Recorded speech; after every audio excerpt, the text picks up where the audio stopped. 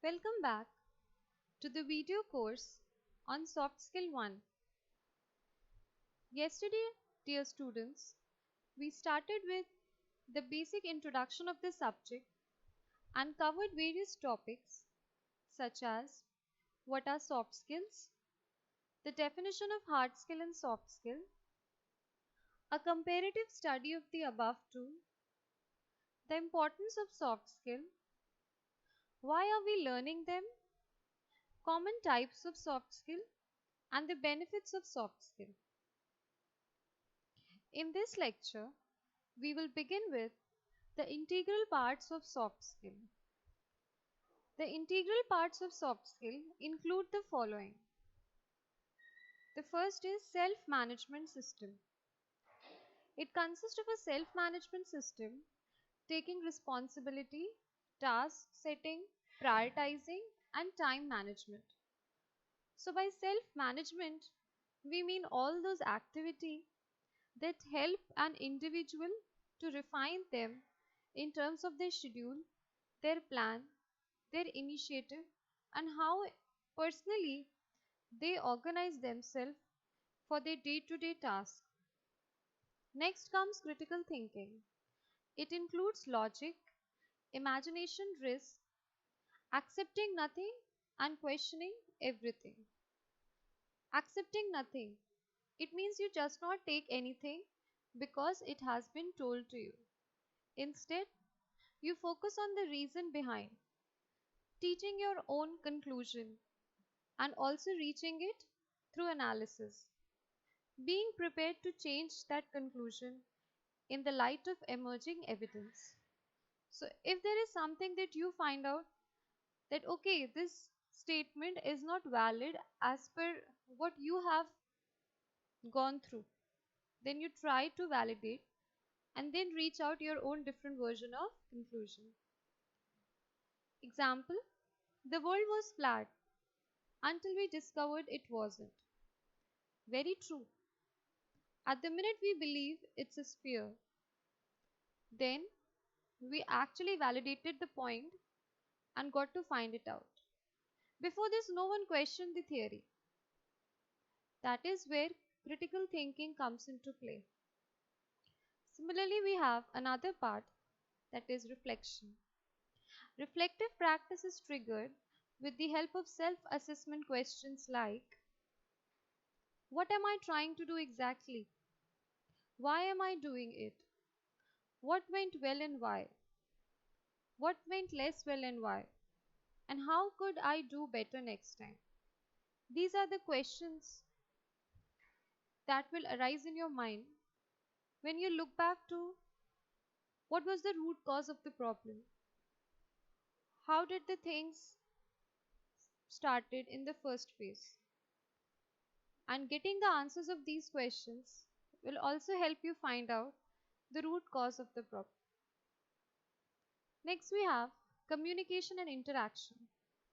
Effective communication provides for high level of presentation skills and to increase both skill and confidence level, design, the teamwork and the project management skills is what you will benefit from the soft skill. So communication and interaction is a very important module or element of this whole soft skill. It will help in strengthening your learning and enthusiasm for further knowledge.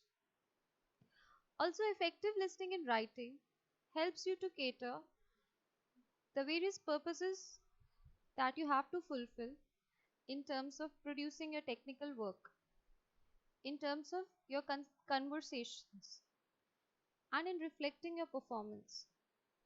So if you want to represent your performance in the best modes possible, then this communication command will help you a lot. Next is group work. To aid in project planning, that is how you will break a certain task into simple steps and how you will take one of them at a time is what you will get to know by good project planning. and then cooperation, shared responsibility, and time management. By shared responsibility, you will be able to delegate the task and carry out that in a very unanimous way. You will be able to understand the opinion of the other team members and also include that so as to improve the quality of your work. Then peer to peer. It is an interaction and learning method where the source of knowledge is not from a professor but from a peer student, someone who is from your circle, from your class, maybe from your neighborhood, of your age group, and it includes activities like mentoring to share experience and value enrichment. Because a person of your age group, you will be able to relate in a better way compared to some elderly person whom you will think that okay, he is elder to me, so he's preaching me. But you will find more relatable when the person has the same situation as yours and is in the same age group. So the last element that we have for soft skill is assertiveness. It means a confident behavior and self-confidence.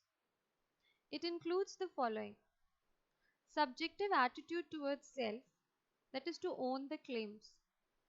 You take full responsibility and you're not submissive in terms of your stand. Then comes social readiness. Social readiness, that is the ability to realize it in adequate manner and to achieve the realization. Next you have the freedom from social fear and inhibition. So you're not actually fear. You not live in fear that how people will take me, whether I'll be neglected or dejected from them. That was all about our elements of soft skill. The next we have need and importance of effective communication in English for engineers. So to master the communication, before we cover it in detail, the different types of soft skill, it is imperative to gain command over effective communication in English, as this is one of the most popular languages in the world. Mandarin is the most spoken language that you find by the people of China, as it is spoken by them, so it is the language that is spoken by most number of people. But for business communication, English is the most worldwide used language. It successfully connects students, professionals, and other people living and working in different parts of the world through communication process. And so my dear students, the ability to use English at workplace will give you a number of benefits like helping your company to succeed.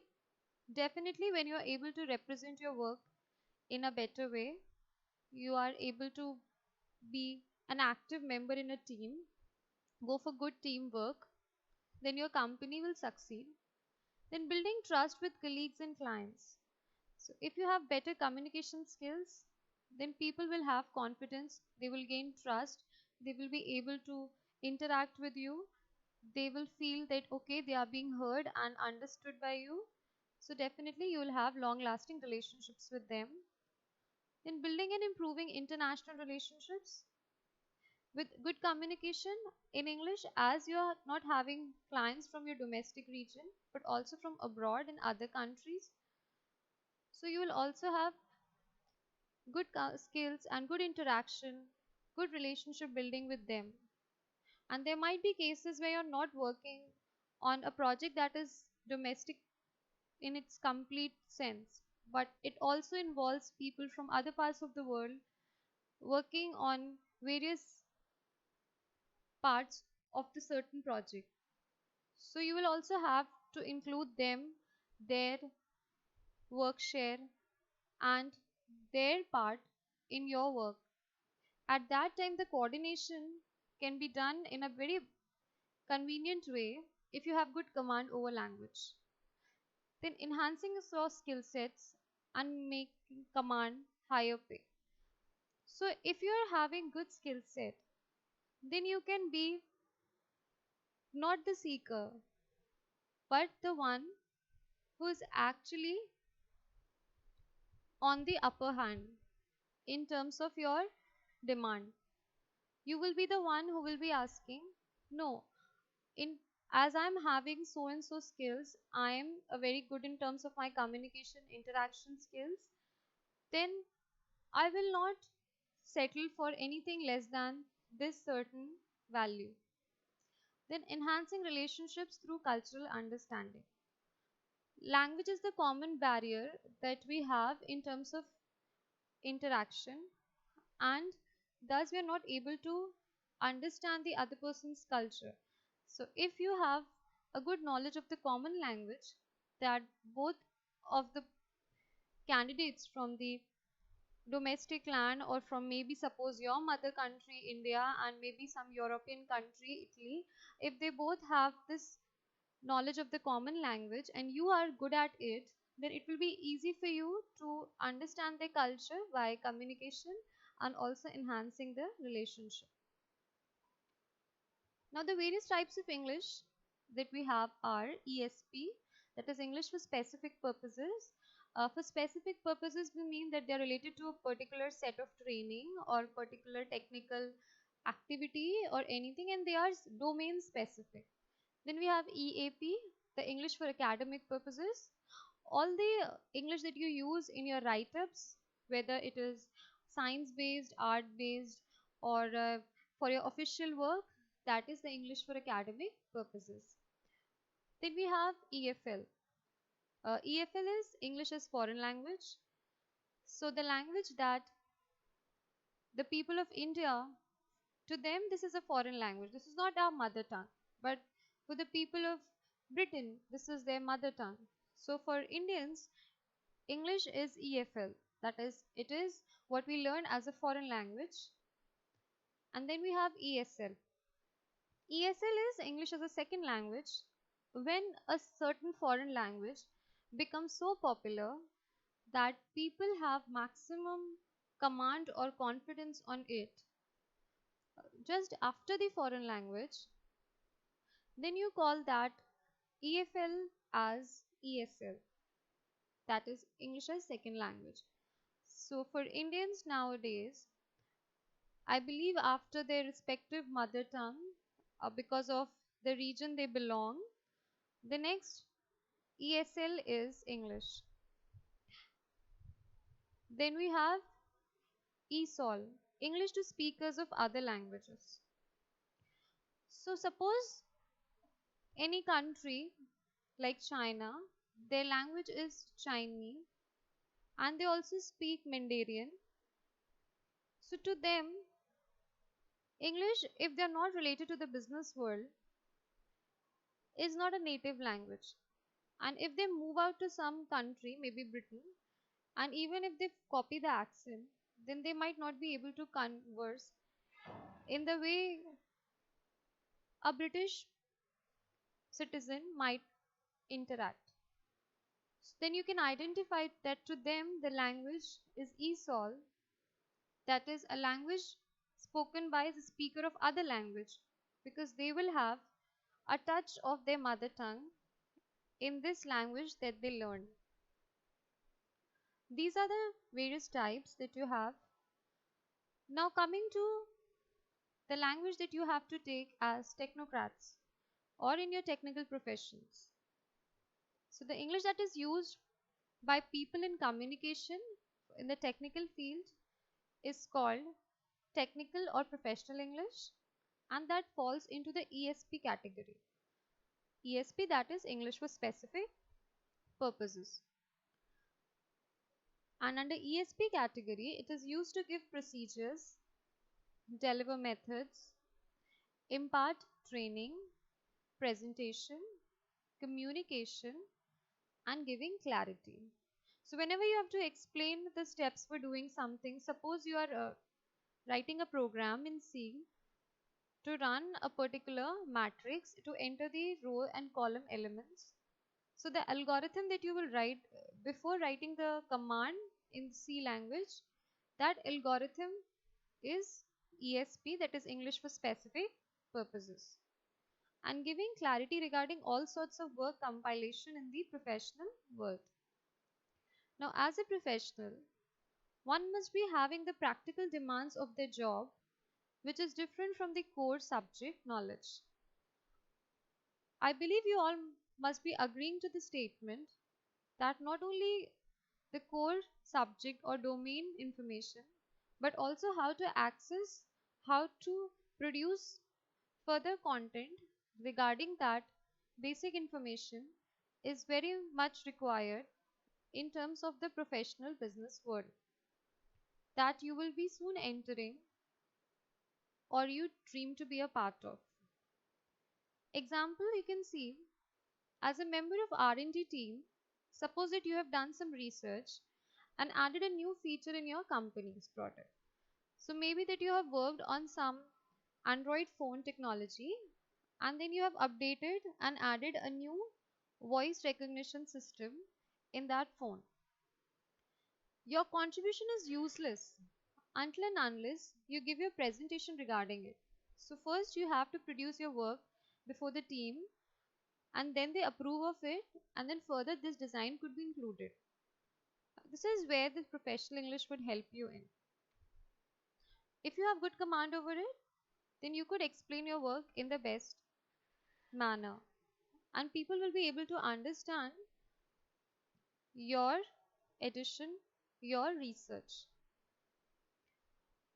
Now let us move on to the dimensions of professional or technical English that you will see. Gaining command over language could be very easy if you gain good command and you are well aware of the following dimensions like listening, speaking, reading, writing, and we club them as LSRW. Then we have vocabulary and effectiveness. Vocabulary is the word usage, what quality of words, how appropriate you use, like synonyms, antonyms, homophones, and homonyms, and effectiveness. By effectiveness, we mean the suitability.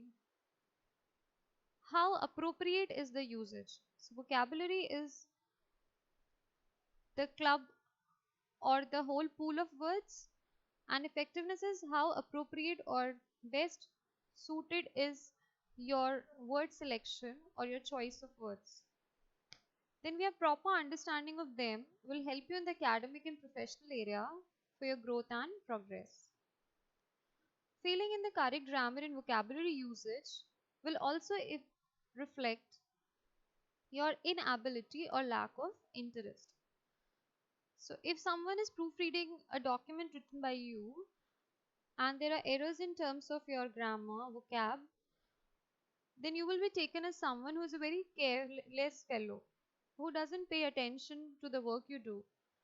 And this definitely will cast a very wrong impression out of you. Example you can see here. Your employer boss will not accept any written material or write-up if it contains grammatical errors like the incorrect word order, the improper use of tenses, the incorrect punctuations, the wrong spellings, and the repetition of words. So if you're not correct with your tenses, you're not well aware of them, you make a hell lot of punctuation mistakes, then the spellings are very much incorrect and you are redundant. You use the same words again and again, then your write-up will never be impressive.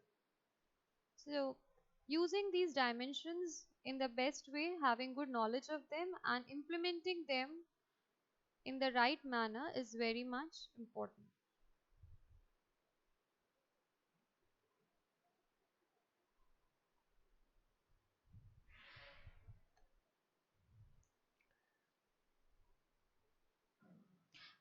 Now, before we start the details of how you can master your communication skills, it is very important to know and understand the 7C or the 7 principles of communication.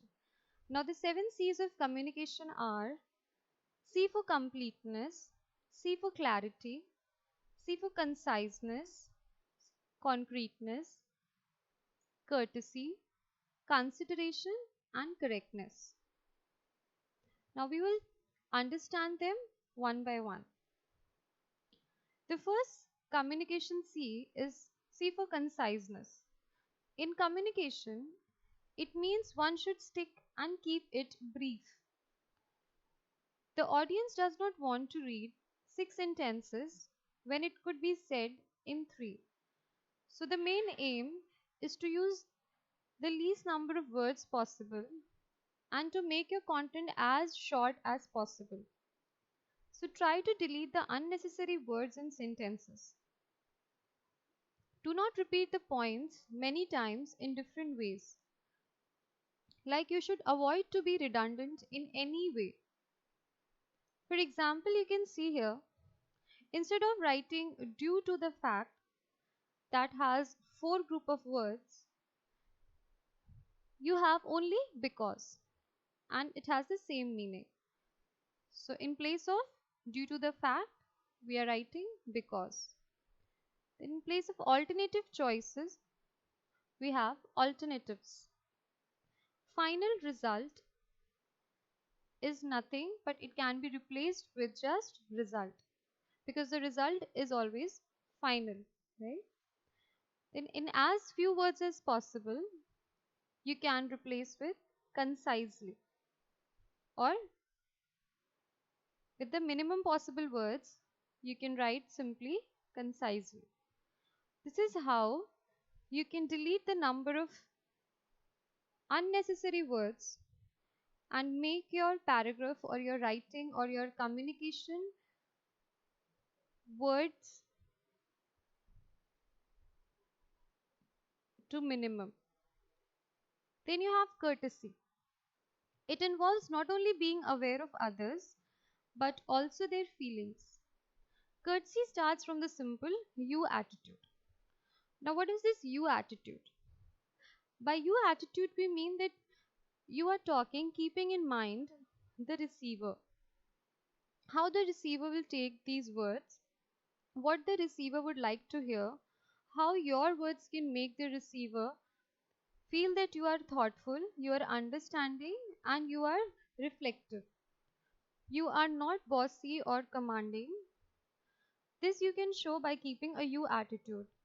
That is, always keep in mind how your receiver would feel with the words that you are using.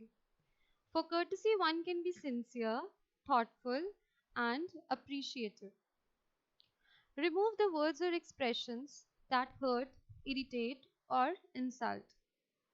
And also never step back from granting apologies whenever asked. You should not keep grudges in mind, and you should try to be forgiving when needed. Then we have the next C is C for correctness. At the core of correctness is the use of proper grammar, punctuation, spelling. Then we have used the right level of language. So if you are talking to a group of students that are from class 3rd to 5th, then your language level should be elementary. Then if you are talking to this group of students who are maybe from 11th to 12th standard, then your level of language can be intermediate or even slighter inclined to the advanced. And if you are talking to maybe professionals who are working in industry from maybe past 2 years, 3 years, then you can go to the advanced version of your language, of your matter, of the terms that you will be using regarding the subject. Then always check the accuracy of facts, figures, and words, and choose a non-discriminatory language always. Your language should be such that it is never offensive towards anyone. Use parallel language. If you are starting with a certain tone, certain prop particular language, then try to keep all your content revolving around that particular language. Do not mix two or three types of language in their sense and in a way confuse the other person. For example, if you are writing a paragraph in an intermediate level of language, then try to stick from the introduction to the conclusion in the same language level. Don't try to mix an advanced level with the intermediate level in between, because this will confuse the reader or the listener who is at the receiving end. Examples are, we have some more formal and less formal words that you can use as per the subject as that you are referring. Like if it is a more formal type of a gathering or the receiver end, then you can use formal words like participate, and you can replace them if it's an unform or if it's a familiar group, you can use join. Similarly, you can use get in place of procure, try in place of endeavor, etc. Clarity. So the next very important C is clarity, that is getting the meaning from your head to the head of the reader accurately is the purpose that it deals with.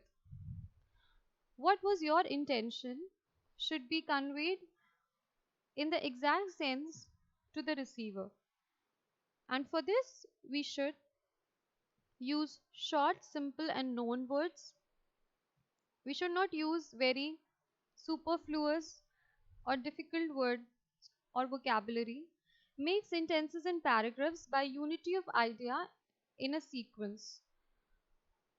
For clarity, unity of idea, that is including the all the sentences in the paragraph around the topic sentence, is very important. Topic sentence, the sentence which conveys the central idea of the paragraph. So for clarity, this plays a very important role, that your sentence construction should revolve around the topic sentence. They get proper readability by using formal and informal language, and include examples, illustrations, and visual aid. It is often said that a picture is worth than 1,000 words. So if you have an expressive picture, you can imagine that how clarity could be included in your content. So you can use illustrations, diagrams, tables, charts wherever possible.